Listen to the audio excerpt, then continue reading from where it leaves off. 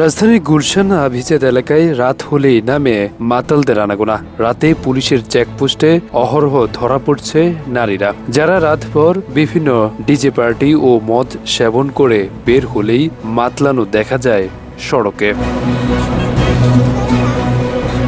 এই মাতাল অবস্থায় যেন অপকর্ম না করতে পারে সেজন্য কঠোর অবস্থানে থাকে পুলিশ। সম্প্রতি গুলশান ওয়েস্টার্ন হোটেলের পিছনে কিংফিশারের সামনে গুলশান থানা পুলিশের চেকপোস্টে নারীর মদ খেয়ে মাতলামি করার দৃশ্য সামাজিক যোগাযোগ মাধ্যমে ভাইরাল হয়েছে।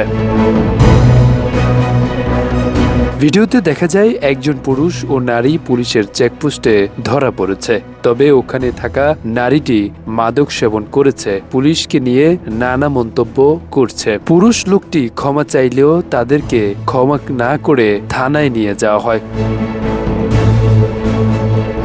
রাত হলে গুলশানের সড়কে বিক্রি হয় মাদক। এছাড়া রাতের রাজধানীতে প্রকাশ্যে নারীরা বিক্রি করে এসব সামগ্রী। শুধু মাদক বিক্রি নয়, রাতে গুলশানে চলে নানা অপকর্ম।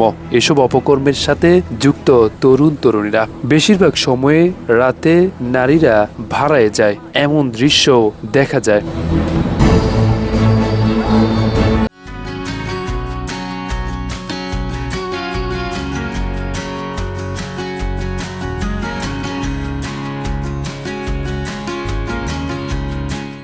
এছাড়া রাজধানীর আবাসিক হোটেলগুলো অপকর্মের আরেক উদাহরণ। তাই এসব হোটেলগুলোকে এক কথায় বলা হয় মিনি পতিতালয়, যেখানে আপনি টাকার মাধ্যমে যাকে ইচ্ছে তাকে নিয়ে মনোরঞ্জন করতে পারবেন। আবার এসব হোটেলে খদ্দেরের ফাঁদে পড়ে প্রতারণার শিকার হচ্ছে হাজারো তরুণরা।